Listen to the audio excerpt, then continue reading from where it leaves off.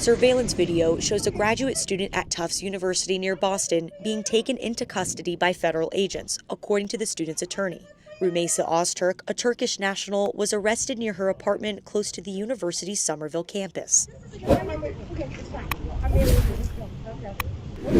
She didn't cry when they took her. She didn't scream. In the final text she managed to send, Rümeysa Öztürk wrote only 5 words. Please tell my professor why. Somewhere between a university lecture hall in Massachusetts and a dimly lit interrogation room thousands of miles away, a brilliant future was silenced, and no one saw it coming. Rümeysa was a neuroscience major at Tufts University, smart, soft-spoken, always early to class. She was the kind of student professors remembered, not because she spoke the loudest, but because she listened the hardest. Her friends said she loved jasmine tea and late-night stuff. The police. Where the police? Yeah, you don't look like it. Why are you hiding your faces? Why are you hiding your faces? 1 minute after the encounter began, Öztürk was walked to an SUV and driven away. ICE did not respond to CNN's request for information on Öztürk's case. Study sessions. That she talked about one day helping children with neurological disorders. That her dreams were bigger than her body could carry, but she carried them anyway. And on March 15th, she boarded a flight. Home.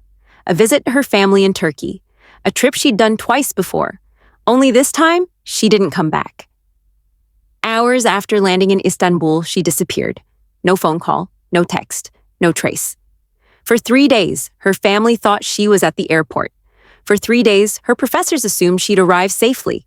But behind the scenes, Rümeysa was already being held, blindfolded, questioned, accused. What for? A tweet? A single repost from years ago. A spokesperson for the State Department declined to comment on the specifics of the case, quote, due to privacy and other considerations. Allegedly critical of government policies. One click, one opinion, one algorithm. And suddenly, she was labeled a threat.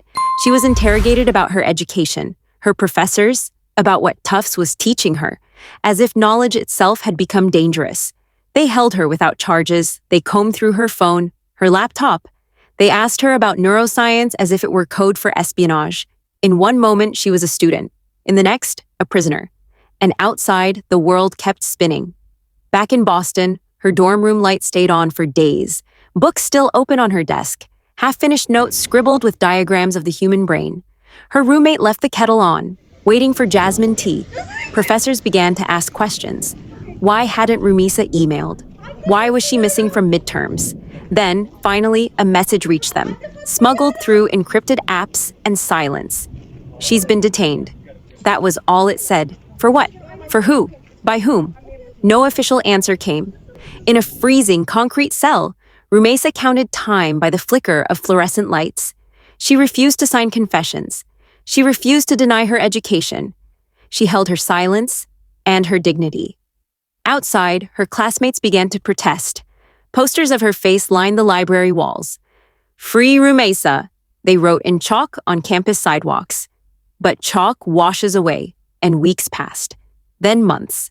And still, no trial, no sentence, just the endless waiting. A young woman in limbo, punished not for what she did, but for what she might know. This isn't just about Rümeysa. This is about every student who believes their thoughts are free. Every woman who dares to return home with more education than she left with. Every voice that trembles in fear when learning becomes rebellion. So now, it's your voice that matters. Because Rümeysa is still waiting. Because her story is not trending. Because silence is exactly what they want. Share her name. Say it louder than the prison walls. Let them know the world is watching. That a classroom is not a crime scene. And that no one should ever be punished for thinking.